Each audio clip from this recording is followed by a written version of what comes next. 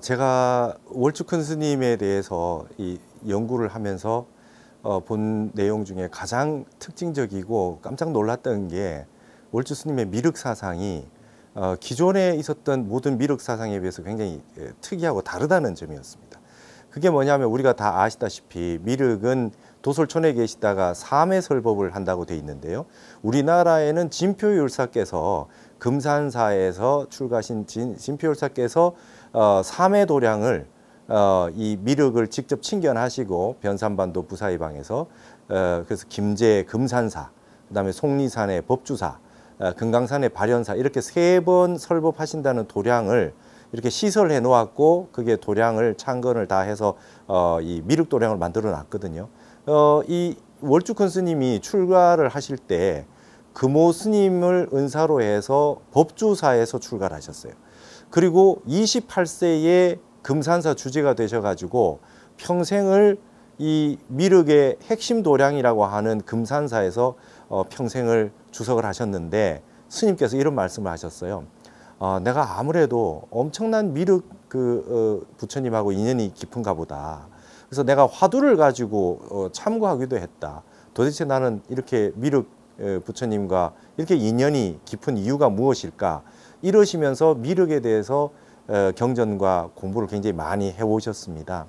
그 가운데에서 굉장히 스님의 그 미륵 신앙과 사상이 다른 기존에 있었던 미륵 사상과 구분되는 굉장히 큰 특징을 발견할 수 있었습니다. 미륵 신앙의 핵심은 미륵이 오셔서 우리를 제도해 주는 것이 아니라 미륵이 하생해서 이 세상을 용화정토로 만들어주기 위해서 오시기 전에 이미 우리들이 미륵의 용화정토를 다 만들어 놓는 것이다.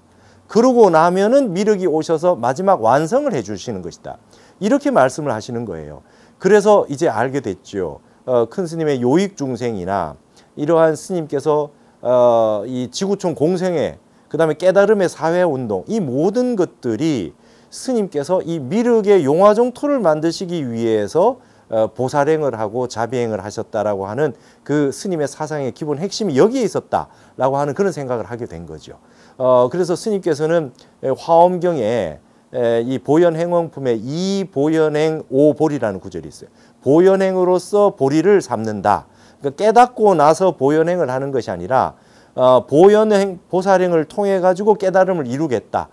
나는 이번 생에 미륵이 하생해서 이 땅에 오셔서 용화정토를 만들어 주시는 그 이전에 이 용화정토를 만드는 이 보현행 보살행으로 나의 깨달음을 삼겠다.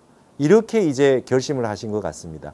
그래서 전 세계를 상대로 그 많은 보살행을 하셨던 이타행을 하셨던 그 근본 사상 중에 큰 스님의 미륵 사상이 굉장히 중요한 중심에 있지 않았느냐. 그게 이제 미륵 사상 바로 알기 운동을 하시고 미륵 정신회를 만드셔가지고 이런 올바른 미륵 신앙을 가져야 된다. 이런 말씀을 많이 하셨습니다. 그래서 스님께서는 정읍에서 태어나셨는데요. 사실은 거기는 증산도나 보천교라든지 우리 신흥 민족 종교들이 그 본고장이고요. 그 다음에 개벽이라든지 후천 개벽 신앙이라든지 동학, 증산도 이런 게 그 중심으로 굉장히 활발했던 그 장소였습니다. 근데 스님께서는 이거는 이 개벽 사상이나 메시아, 이 미륵이 내려오시는 메시아 사상보다 미륵 신앙이 본래 훨씬 깊고 아주 넓은 사상인데 이해를 잘 못한 것이다. 이렇게 말씀을 해주신 걸 보고 우리나라의 금산사의 큰 스님이 오랫도록 주석을 해주시면서 이 미륵 사상을 그와 같이 해석을 하시고 보현행을 하셔서 한국의 현대적인 또 다른 멋진 미륵 사상이 금산사를 중심으로 펼쳐지고 있었구나 하는 걸 제가 확인할 수 있었습니다. 미륵 경전을 가만히 보면요. 미륵 삼부경에 보면 미륵이 하생하실 때의 모습이 나타나 있어요. 거기에 어떻게 되어 있냐면 미륵이 오실 때 이 시골이 아닙니다. 도해지의 느낌이 너무 납니다. 사람 인구가 많고 곳곳에 지붕이 이어져 있고 막 곳곳에서 닭이 울고 있고 그래서 굉장히 발전되어 있는 모습이 보여요. 그러한 상황이 됐을 때 미륵이 오신다라고 미륵 삼부경에 다 나와 있거든요. 그러니까 큰 스님께서 전 세계에 우물을 만들어 주시고 학교를 건설해 주시고 가난한 사람들, 힘들게 사는 사람들에게 도와줬던 것은 미륵이 오실 때까지 용화정토를 우리가 만들어서 자비행 보살행을 해야 되는데 이 세상에 아직까지 이렇게 힘들게 사는 분이 많아서는 미륵이 하생하기 어렵다.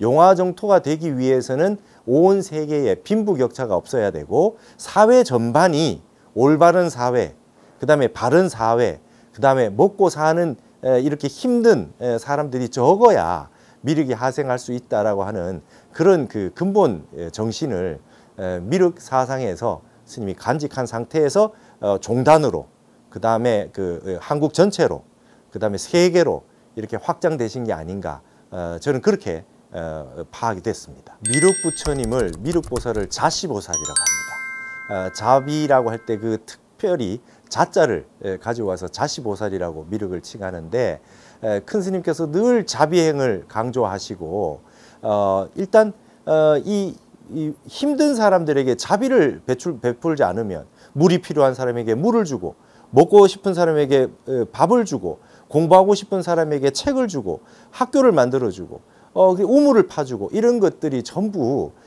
미륵이 자시보살이었다.